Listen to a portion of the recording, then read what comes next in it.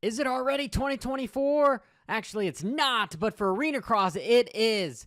They had their first 2 rounds because it was a doubleheader, Friday and Saturday. They had the 2-stroke brawl, so Rod Bell ended up winning that. But this is the amazing line technique breakdown show that I do every week. So for Arena Cross, quite a bit smaller of tracks. There's lots of carnage usually, but there's a couple things I wanted to point out that ended up being for some good racing. First off, the biggest hit that looked the scariest was a triple on after the whoops. Here is A-Rod going for it. Triple on, off, then single into the corner. And a lot of guys ended up struggling with this. We had Carroll, who came out probably first gear on a 450. Makes it clean.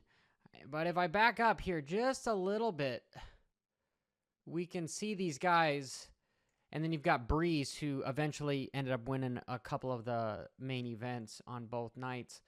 But we can see Carroll hits that rear brake to get that front end down. I don't know, does Breeze do it as well? Does he tap the rear brake? Nope, he does not tap the rear brake.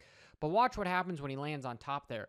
The bike has no forward momentum, and there is no lip on this tabletop. So how these riders are having to jump off is they have to commit. This is the scariest thing about a triple on or jumping onto a tabletop, is there's no slamming on your brakes or coasting afterwards. You have to accelerate to get that ass end to squeeze and get that front end up so it'll get over the next obstacle. And in Supercross, you've got pretty much the next launch ramp, which in this case would be a landing ramp, a little bit taller most of the time. Sometimes they're almost level with the tabletop, which makes it incredibly difficult for these guys to be able to pop and preload off of it. But I digress. That was a very open-winded explanation. He did a good job bailing out because that could have been a lot worse. So here, look what happens. And he just instantly goes forward. So did the bike bog or did he miss a shift? More than likely, he probably missed a shift because that bike has no forward torque whatsoever. Wouldn't be a problem for electric bike. However, sometimes you make these mistakes. Yeah, that is going to be a joke that bites me in the butt here. And he probably was in first gear, maybe shift into second, but it doesn't look like he shifted at all. So did he land on the rear brake? Possibly. It's one of those two. It didn't look like he shifted up, so I don't know how he would have missed the shift unless maybe it was just a pure bike malfunction. But there was no go when he grabbed the throttle on that one.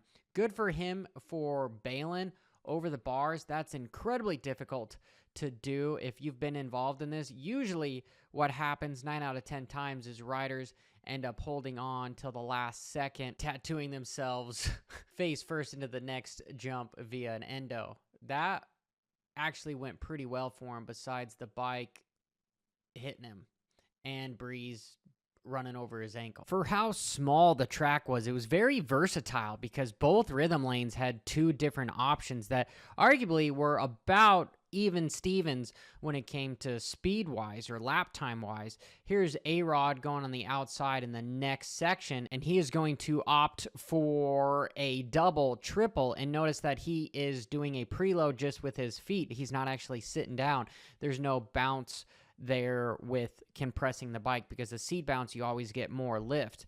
And if we look at Politelli here in the bottom left-hand corner, you can barely see him in this, but he's actually going to seat bounce, and he was the only rider. Yes, he's on a 450, but he was the only rider I saw triple out of this corner. Everyone else was wanting to just go double, triple, but he was the first rider to actually land the triple. But you can see the only way he got it done was he was seat bouncing that bike. And usually in Arena Cross, because the launches are so close to the corners, these guys have to seat bounce. Even in Supercross, if you ever be able to go down on the showroom floor, you'll notice how close the first lip is from the exit of the corner, and you go, how could you even end up getting straight? And that's what makes these tracks end up being incredibly difficult, is if there's a bunch of ruts in there, you have to be able to stay in the rut and also lean that bike straight up and down and preload that way. It's very difficult to even stand up to get over it. More than likely, you're probably going to end up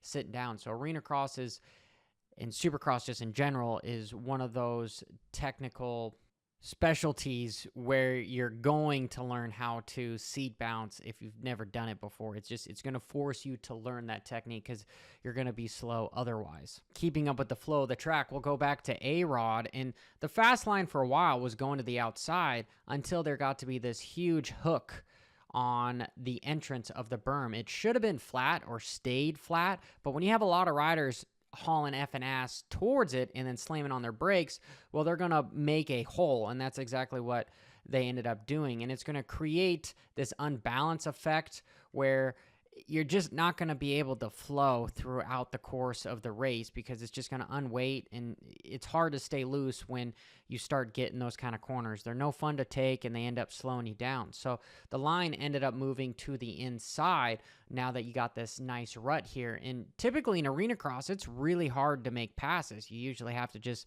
push somebody off the track. Well, Kyle Peters was the first guy to actually take the inside and push guys out here, but here's a look at Wageman to Bitterman. He is on the inside, and yeah, Wageman is a 250 Supercross rider, so these guys are no joke. This was a decent track for round one, and I'm incredibly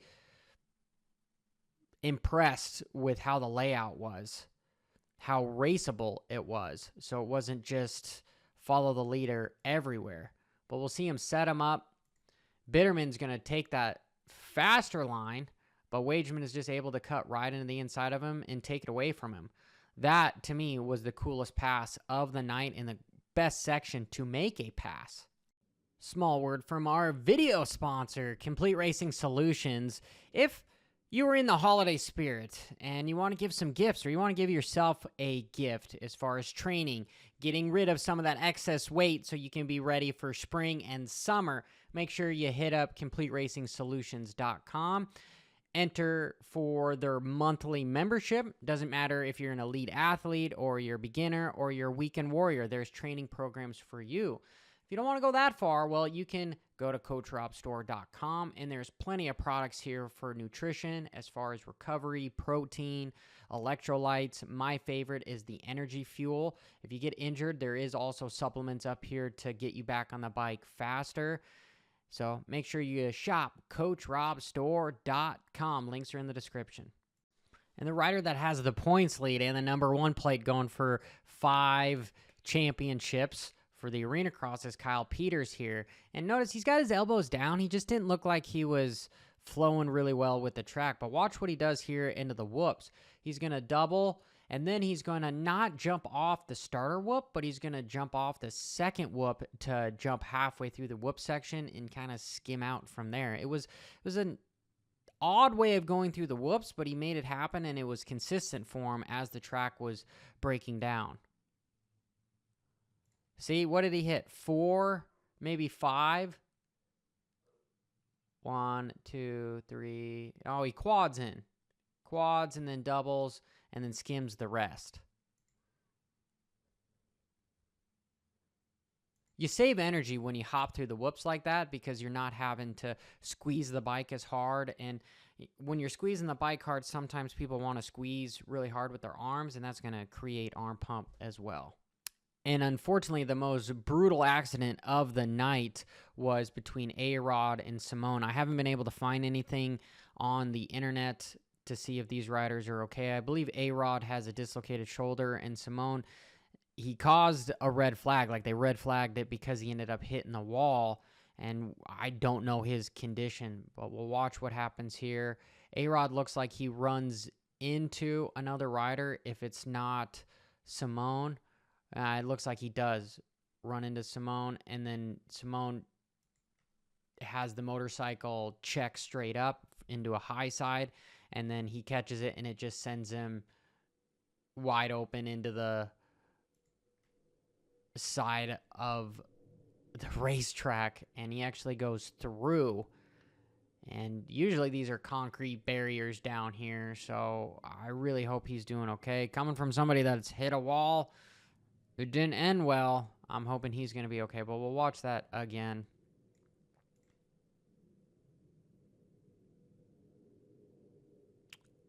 And it looked like Wageman was the rider that ended up coming in on him too and blocking.